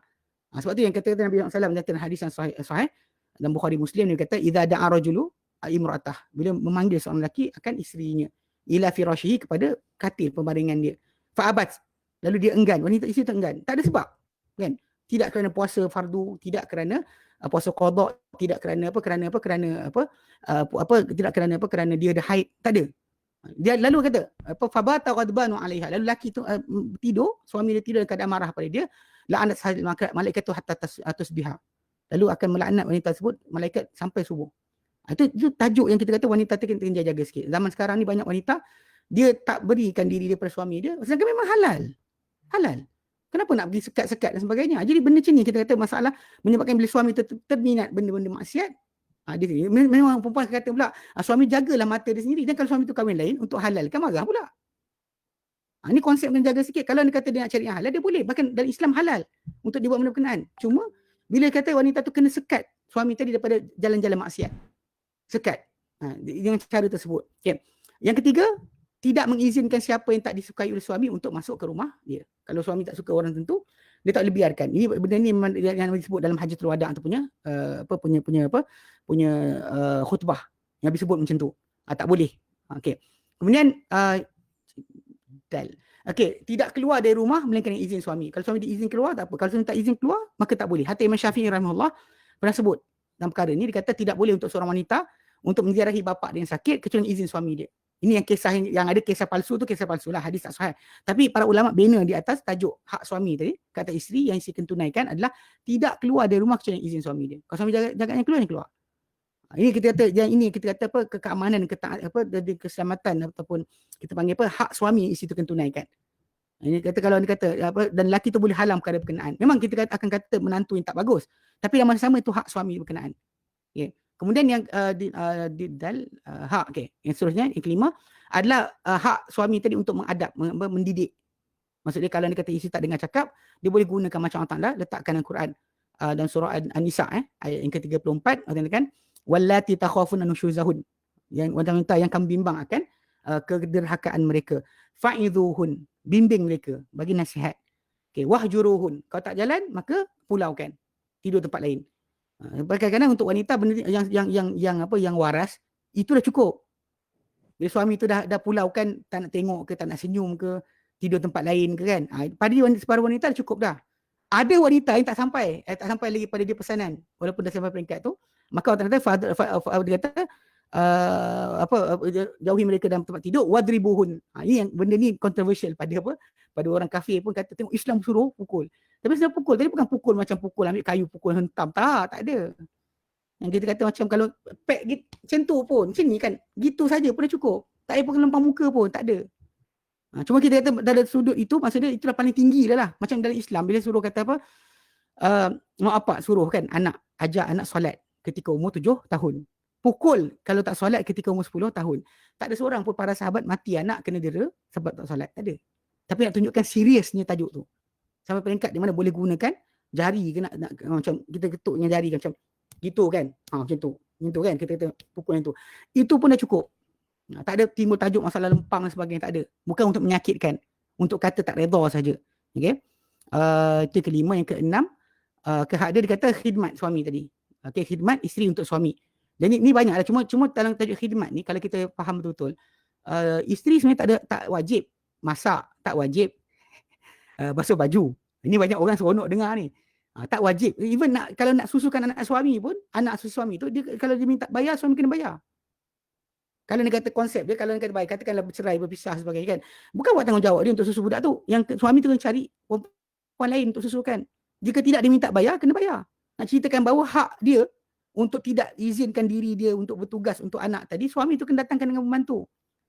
Itu kena faham. Macam di India, di tanah Arab, dia gunakan kaedah ni. Memang dia sediakan semua servant untuk jaga isteri itu punya kedudukan. Seronok Ha, orang jadi, perempuan dengar malam ni. ha? Seronok orang perempuan dengar malam ni. Memang dah. Tadi dah kena tadi, ni kena pula. Dia tak boleh kita dua pihak kan. Kalau tadi saya sebut bab masalah wajib taat suami tu dah mengampah dah. Dia sebut yang ni seronok lah. Okey. Saya maksud dia memang hak tadi bukannya basuh pakai, tak ada. Tak ada kewajipan. Cuma wanita ni dari segi tabi'i perangai dia suka buat macam tu. Macam dia masak. Dia masak kan makanan. Bila suami tu makan dengan happy kan, dia seronok. Kalau suami tu suka makan dekat kedai mamak, dia menyampah. Kalau anda kata bahkan ada seorang perempuan, kalau mak mertua, bukan mak dia, bukan mak mertua, mak dia masak masakan sedap, suami dia makan sungguh-sungguh masakan mak si perempuan dia akan compete. Cuba masak lagi sedap banding mak dia masak untuk pastikan suami dia makan makanan yang dia masak. Ni benda ni kita tak boleh, ini fitrah.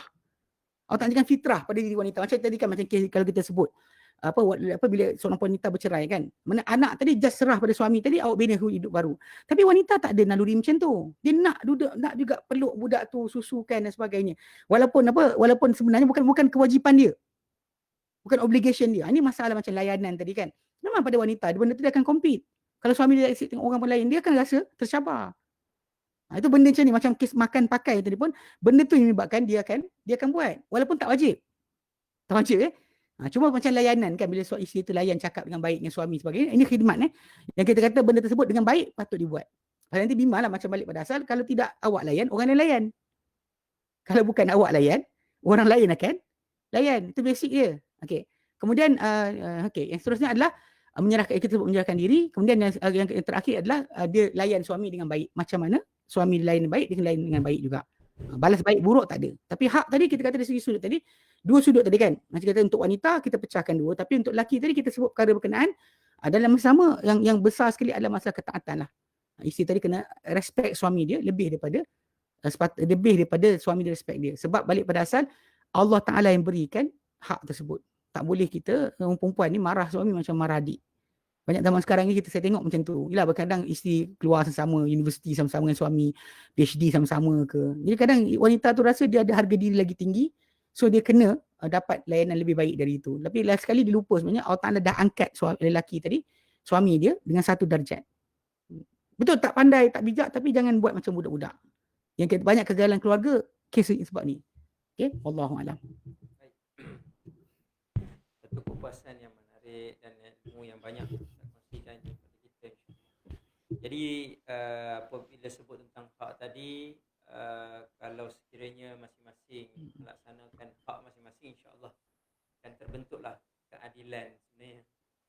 Masing-masing akan memenuhilah hak, dia akan jadi baiklah dalam sisi rumah tangga itu sendiri, insya-Allah. Ustaz, macam tadi Ustaz ceritalah tentang hak, dah cuba yang paling terbaik dah. Tapi realitinya dalam rumah tangga ni Ustaz, pepatah sebut apa? Sedangkan lidah lagi tergigit Ustaz. Ya. Dia duk mai juga, bila mai ada masalah itu ini dan sebagainya, tetap jadi bergaduh ataupun berlakunya perselisihan faham. Yalah, yang berkahwin ni lelaki dan perempuan Ustaz. Betul. Lelaki, perempuan. Dia lelaki ni lain macam. Kan? Semua benda besar-besar je. Orang perempuan fikir yang kecil-kecil. Jadi nak gabungkan kedua-duanya ni, ambil masa. Dah ambil masa dah puluhan tahun pun kadang-kadang berlaku lagi perselisihan faham ni. Jadi perbezaan ni pasti ada lah Ustaz.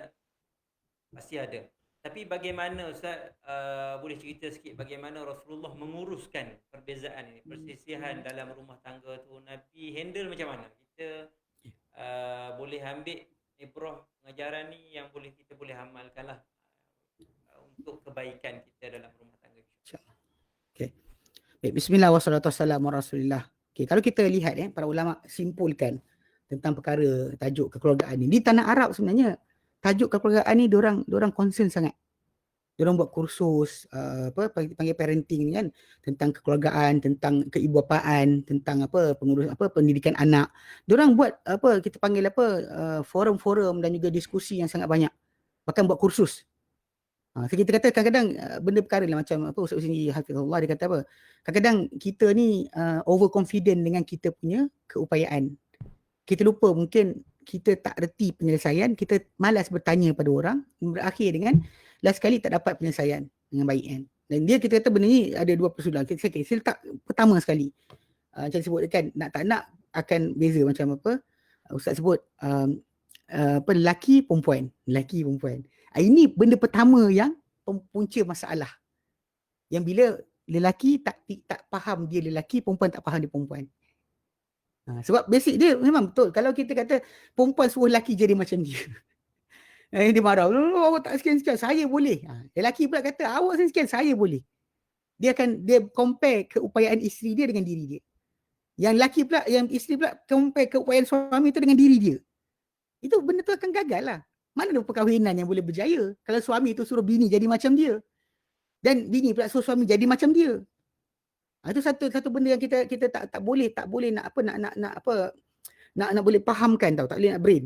Tak boleh nak brain. Sebab kalau kita tak faham lelaki beza dengan perempuan, kan? Masa tadi kan kes keadilan kan. Lelaki punya hak dengan perempuan punya hak tak sama. Dan Al-Mahmud Islam Kamus dia kata apa? Dia kata perempuan dengan lelaki ni dia kata dia tak boleh kan adil tu, maksud adil tadi sama rata, maksud dia serupa. Sama rata tak mesti serupa. Contoh macam kita beli untuk anak lelaki kita baju Melayu, untuk anak perempuan kita baju kurung. Kan kasut si lelaki pakai capal, yang seorang tu pakai kasut perempuan lah kan. Bag tak handbag pada perempuan. Kita tak boleh bagi semua pada sama rata. Sebiji. Bagi baju kurung anak lelaki, anak perempuan. Bila tanya kenapa, adil. Dia kata, bangang, kata Ustaz kamu kan. So, jadi basic dia, ini konsep asal. Bila kita kata dalam kehidupan keluarga ni, suami isteri, memang kalau siapa tak sedar suami dia tu lelaki, yang lelaki tak sedar isteri dia perempuan, maka dia tak boleh buat apa lah. Kita bincang macam mana panjang lebar, dia tak boleh buat apa. Sebab dia masih lagi dengan mindset yang dia ada, kenapa dia tak boleh buat macam saya. Ayat tu keluar kan, sangat gagal. Okay. Jadi kalau dah berlaku juga masalah, dia sebenarnya para ulama buat kesimpulan. Dia panggil macam pasal Nabi sebutkan min husnil Islam mar'i tarkuhu ma la ya'ni. Di antara kebaikan Islam seorang tu dia tinggal apa yang tak penting bagi dirinya. So kalau kita lihat sini, bila kita ada ke permasalahan keluarga, pertama kita kena tentukan. Ni ada step kalau step saya baca ni ada lebih kurang dalam 23 step. 23 step sebut satu persatu saya ringkaskan. Okey. Step pertama, tentukan masalah apa. Apa masalah kita? So, dia suami dengan isteri dia kan, bila dia ada masalah, dia kena tentukan apa tajuk apa. Jangan sebut dulu awak kahwin, awak kata apa, dulu awak sikit. Jangan. Move on. Kita kena bincang pertama, apa masalah kita? Contoh, awak tak tolong saya basuh pinggan. Kan? Okay, kita kena, define. Dia siap. Kena define. Dan kita kena ada perangai sikap. Yang kedua, tidak boleh tinggalkan permasalahan tadi, benamkan tak dibincang. Benam, tutup. Buat tak tahu. Ignore, tak boleh. Lepas tu dia akan keluar balik. Nanti bila gaduh nanti kan, keluar balik. Dia tak boleh. Jadi memang kita kata, tentukan masalah. Dan kedua, jangan kita biarkan suatu permasalahan terbiar tanpa dirungkaikan. Jangan biarkan. Kemudian ketiga, hendaklah tenang. Kan? Tenang. Bila kita nak bercakap tu tenang. Memang kadang-kadang marah kan. Kerana hatta kadang-kadang lepas berlaku perceraian pun, benda tu kita kata sepatutnya ada di kalangan mereka, di ketenangan. So itu dah bukan suami awak ni sekarang. Yang macam bila suami isteri lah, cuba fikir balik kan, awak tu pernah sayang kan? Pernah sayang, cinta mencintai. Tapi tiba lepas satu peringkat, tiba-tiba jadi mengamuk. Ada sekali tu saya jumpa seorang Allah Ta'ala kan. Dia jumpa saya, dia tanya soalan. Dia kata, suami dia dulu kaya, memang kaya lah. Suami dia bagi dia modal, dia menjaga spa lah, restoran dan sebagainya. Satu hari suami dia punya bisnes lingkup. So suami dia start gunakan belanja pakai duit apa yang dia ada.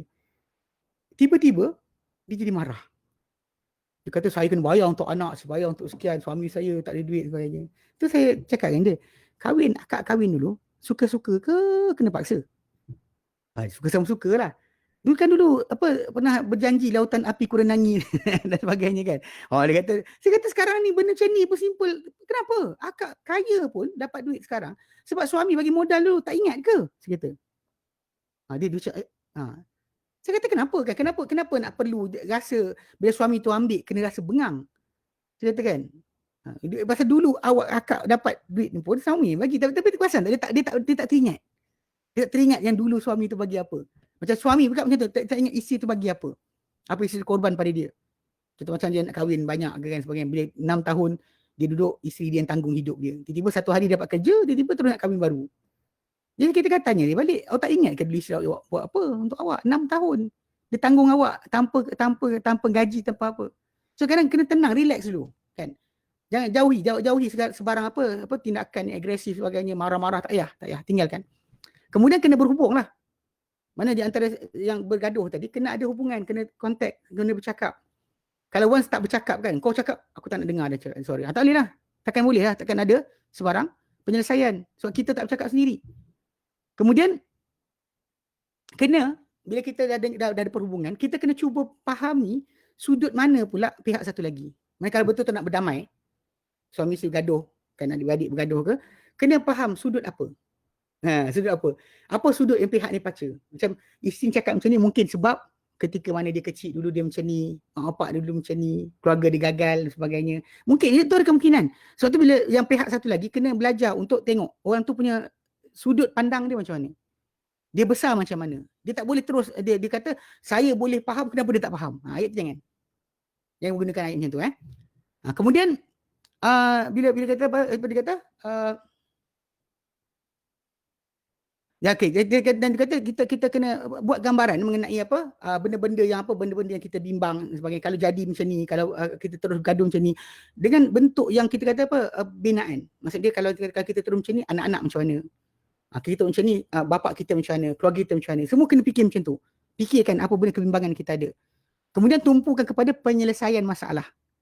Apa penyelesaian dia? Contoh macam kalau suami dia tak pernah tengok saya. Sekian. Dan apa penyelesaian dia? Kenapa penyelesaian kan ada?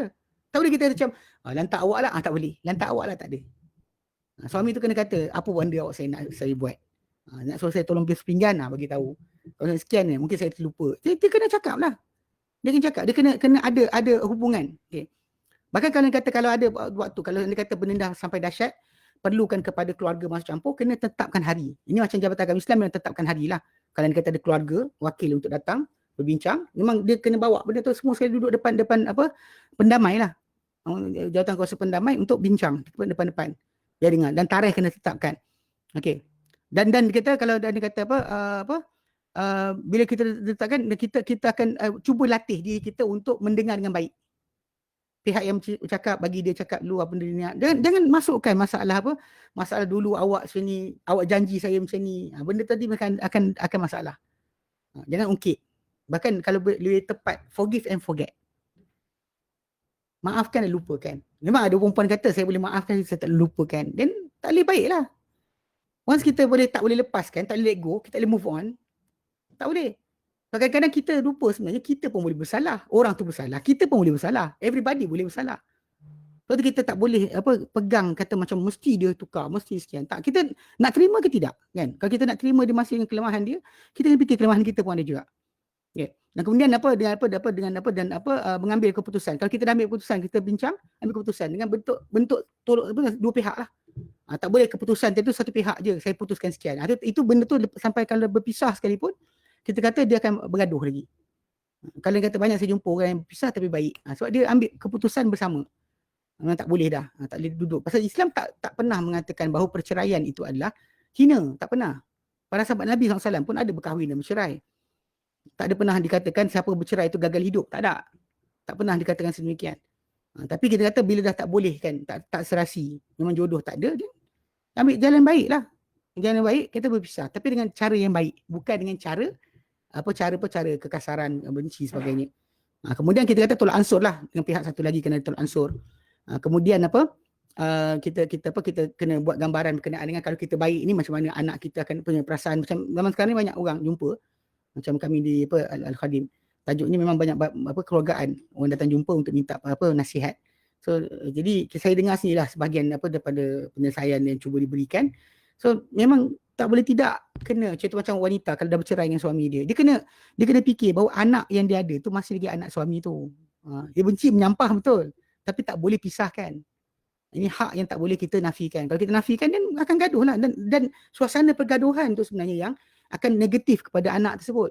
Anak tadi boleh hidup dengan positif. Maksud dia mak dengan abah dah tak boleh tidur sama. Okey, faham? Kita faham lah. Tapi masalahnya Macam mana untuk diorang jangan negatifkan anak dia pula? Itu benda-benda kita kata memang kita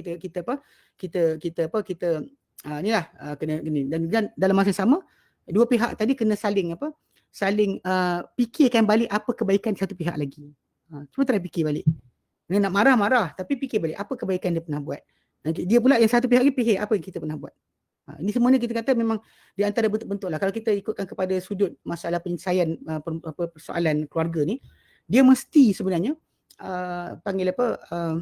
dibuat penyelesaian ni di antara mereka ni dengan keadaan yang sangat-sangat teratur dan hormat lah. Maksud dia marah itu ada, tapi stopkan dulu. Marah tu bukan tajuk di sekarang.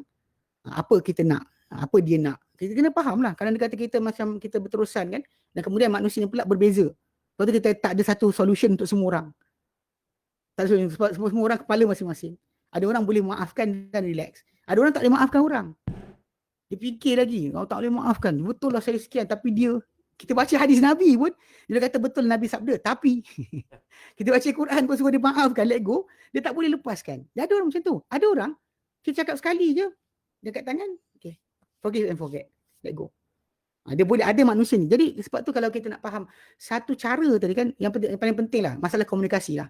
Keseluruhan kita sebutkan tadi, keseluruhan adalah masalah komunikasi. Maksud dia kalau betul nak selesaikan masalah keluarga tu, kena ada komunikasi antara suami isteri tadi. Kena ada komunikasi. Kalau boleh komunikasi, dan boleh tak ada dalam masalah apa, saling maafkan. Kalau tak ada, tak boleh buat apalah. Okay? Wallahu'alam. Okay. Alhamdulillah. Kita pun berada di penghujung dalam kita sekarang dah 10.45 Ustaz. Ya. Perbincangan kita, persoalan tadi dah Ustaz pun jawab, dan lepaskan kita ambil panduan, insyaAllah jadikan sebagai panduan dalam kita berumah tangga, insyaAllah.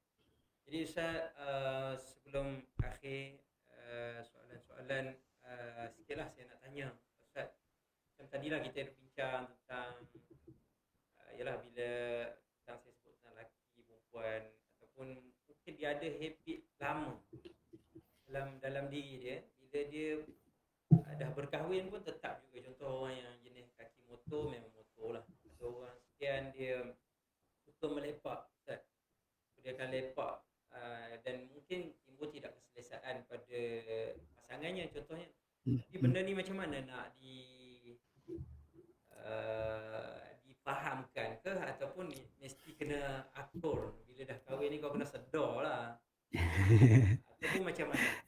Okay. Bismillah wassalatu rasulillah. Okay, berkenaan habit yang ada pada isteri atau suami. Sebenarnya kisah ni ada bercerai terus pun ada. Kisah macam ni. Ada orang, saya ingat cerita yang dia seorang tu kahwin. Isteri tu suka main handphone, suka main WhatsApp, suka Facebook dan sebagainya. Lepas kahwin, suami tu panggil dia untuk duduk bersama tidur, tak nak. Dia sibuk nak main telefon dia. Jadi benda macam ni tau. Dia beberapa sudut. Pertama sekali tajuk yang mesti ada support, mesti daripada family lelaki, family perempuan. Mak bapak yang kadang-kadang kegagalan keluarga ni, mak bapak. Bila mak bapak tu sendiri tak boleh nasihatkan anak dia untuk pesan pada anak dia, kau sekarang ni dah jadi isteri orang, atau kau sekarang suami orang. Kan? Jadi sepatutnya habit melepak kat kedai, sibuk tengok bola tengah malam, dah tinggal lah. Kan? Pasal sebab tu yang bila pesanan Nabi kan, Nabi kata khairukum li ahlihi, orang terbaikkan kamu orang terbaik pada keluarga dia sendiri. Siapa yang terbaik adalah orang terbaik pada keluarga dia. So kalau dia kata concern daripada keluarga dia lebih satu banding kawan. Ni kena faham ni. Kadang-kadang saya tengok ada orang tak sedar. Tak sedar masalah priority. Bila pada kahwin, priority dia, isteri dia tu lebih baik, patut ditunjuk akhlak baik banding orang kat luar. Tapi orang banyak layan kawan punya habit banding dengan isteri. Pasal kawan kena 20 tahun, isteri baru beberapa hari. Kadang-kadang ada perangai macam tu. Tapi kena faham dari sisi sunnah ni, dia kena faham kejayaan keluarga. Sebab tu setiap orang kena fikir kejayaan keluarga ni terhasil atas apa. Apa benda boleh menjayakan keluarga dia. Sebab tu kita kata nak kata faham sendiri tak. Yang saya tengok patut masuk campur dalam perkara ni. Kalau isteri tu sendiri cakap tak boleh, goda pun tak jadi apa. Dia kata abang balik malam ni kan, sayang abang sayang saya tak, macam tu. Dia try layan pun tak jadi apa. Yang suami tu pun dayan pun, isteri main handphone juga. Dia sebut dia tengok handphone. Okey. Kalau anda kata dah try kan, dia patut mengadu kepada keluarga dia sendiri. Cakap pada keluarga mak dia ke, mak mentua ke. Dan mak mentua bila dengar aduan menantu, dia kena belajar untuk jangan sampai dia menangkan anak dia. Ini banyak gagal sebab menangkan anak. Engkau tu dulu sibuk kacau ni. Biarlah kan anak saya macam tu, anak saya bagus. Masalah. Ni masalah dia. So actually boleh je baiki pasal benda ni pesanan orang yang nak memesan tu, isteri tu sendiri atau suami tu sendiri kadang-kadang bercakap. Kerana terutama kalau umur dekat. Dia tak jadi. Isteri tu nampak suami tu, awak engkau dengan aku macam tu dulu, engkau pun macam tu kan. Yang suami pula kata, engkau nak cegur aku, engkau pun. So basically benda ni akan gagal. Sebab tu bagi saya, kalau dia kata kalau boleh, family daripada dua pihak. Mana suami punya pihak, isteri punya pihak. Macam yang saya dengar lah, ada apa, sepatutnya sekarang nak dibuat, sepatutnya adalah kursus perkahwinan tu bukan dihadiri oleh anak-anak, mak bapak sekali. Sepatutnya. Sebab mak bapak ni kadang menggagalkan perkahwinan anak. Dia patutnya atur anak dia untuk jadi isteri yang baik. Atau suami yang baik. Dengan pesanan bimbingan. Sebab dia bapak, dia mak, dia lebih tahu. Berbanding orang lain cakap, kurang berkesan. Sebab tu bagi saya kalau dikata kalau boleh, mak bapak tu sendiri interfere, masuk campur. Kena ada keterbukaan dalam sebutan. Jadilah ini kata communication tu kena ada. Kena ada di sisi apa keluarga tadi. Tapi ada orang kata kalau kita ngadu je nanti orang kata kita ni tak reti buat kerja sendiri kan. Itu satu benda lain masalah. Pasal kita mengadu. Macam kita kepada Allah Ta'ala lah. Mengadu dengan doa pun dia juga. Kan? Mengadu dengan cara belajar pun dia juga. Kita mengadu kepada Allah Ta'ala nakkan solution. Allah Ta'ala bagi kita idea. Dia kadang-kadang benda macam ni, kebaikan. Kita doa-doa Allah Ta'ala. Allah Ta'ala buka pada kita, mudah hati kita nak menanya pada mak mentua kita, pak mentua kita. Kemudian, dia pula Allah Ta'ala buka hati untuk terima kita punya aduan. Itu lebih baik lah. Bagi saya kadang-kadang macam yang tak ditry lagi ni je. Yang try jumpa sekretaris dah buat dah. Jumpa sekian dah buat dah. Bayar duit beratus pun dah buat dah. Tapi yang tak dicuba lagi adalah apa? Interference keluarga. Yang dalam Islam, apa guna wali tu? Kan kita ada keluarga wali, hakim, kalau bergaduh berlaku kan, suruh utus keluar hakim daripada keluarga perempuan, hakim keluarga lelaki. Kenapa dia takkan ada wakil? So benda ni adalah perkara-perkara yang sepatutnya dibincangkan oleh orang-orang dewasa sebelum daripada anak-anak yang berkahwin tu sendiri. Bagi saya macam itulah. Kalau dia kata, macam kawan saya dah seorang kawan baik saya. Dia kahwin muda, umur dia 19 tahun kot. 18 tahun kahwin. Sebelum dia kahwin kan, habis sekolah terus kahwin. Bapak dia kata tengok duduk berjalan-jalan dengan perempuan kan, dia kahwin kan. Dia kahwin kan lah. Bila kahwin kan, cerita kelakar dia, benar sekali bapak dia kata, kau dah siap kawan kau tu. Waktu tu saya tak pergi luar belajar lagi. Saya masih kat Malaysia. Saya tak pergi luar belajar lagi. Tapi dah balik sekolah agama lah. Waktu tu habis SPM kot.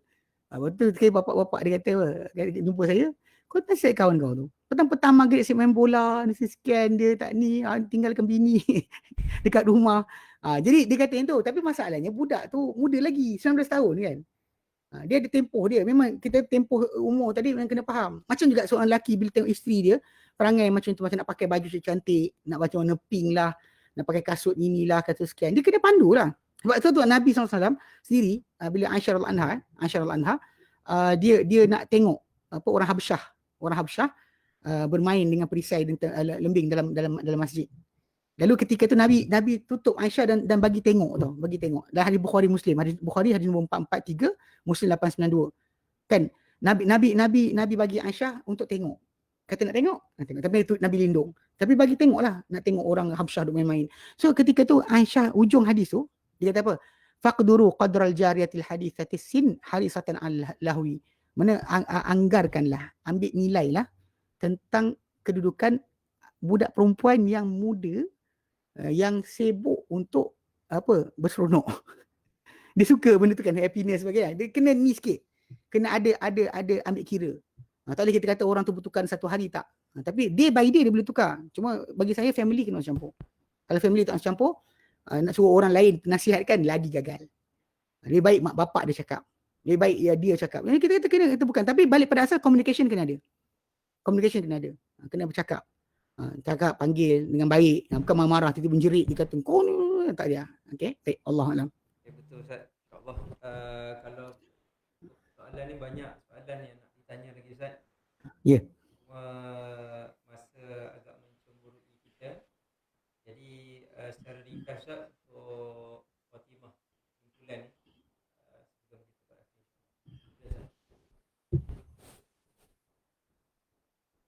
Suara putus-putus. Tak dengar. Uh, Suara putus-putus. sedikit kesimpulan ringkas Ustaz untuk forum kita pada malam ni. Okey. Okey, baik. Tahu soalan banyak. Jadi tajuk ni sebenarnya tajuk macam saya katalah, tidak boleh dilakukan untuk tempoh yang singkat. Sebab benda ni berdasar pengalaman dan tak boleh kita samakan semua orang dengan satu solution saja. Sebab memang kita kata dalam konteks Nabi sendiri pun melayan orang. Kalau kita perasan Nabi ketika orang tanya apa amalan paling afdal, tengok cara jawapan Nabi. Seorang datang, Nabi kata amalan paling afdal adalah iman. Satu datang, orang datang tanya, Nabi kata jihad fisabilillah. Yang satu kata jaga mak bapak. Nabi beri jawapan berbeza pada setiap orang, berbeza sebab berdasar kepada pemikiran. Sebab tu pada dalam konsep masalah kaunseling keluarga ni, lebih baik suami isteri tersebut datang jumpa direct depan-depan cakap. Berbanding dengan seorang kita tunggu jawapan dengan bacaan sebagainya, saya rasa takkan selesai. Sebab banyak-banyak yang saya jumpa pun yang suami isteri datang cakap pun macam tu. Dia datang mengadu, suami ada, isteri ada. So kita dengar dua-dua pihak depan-depan. Kalau andai kata kita boleh tolong dia, kita tolong. Kita bagi tahu nasihat pada suami, nasihat pada isteri. Lepas tu kemudian kalau andai kata kita rasa tak mampu, kita suruh dia orang jumpa yang lebih tua. Kadang-kadang perlu yang lebih tua dari kita untuk menasihatkan. Soalan kuliah memang kita kata macam Nabi SAW dahulu pun, memang para sahabat datang mengadukan hal ehwal keluarga mereka.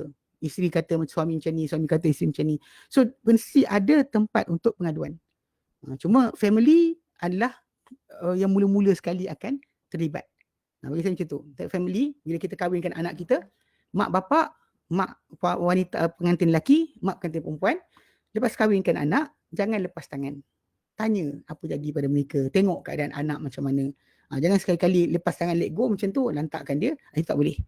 Sebab awak macam lelaki tadi, keluarga awak tu wali awak. Yang tu pun semua perempuan tu pun awak wali awak. Ada wali awak.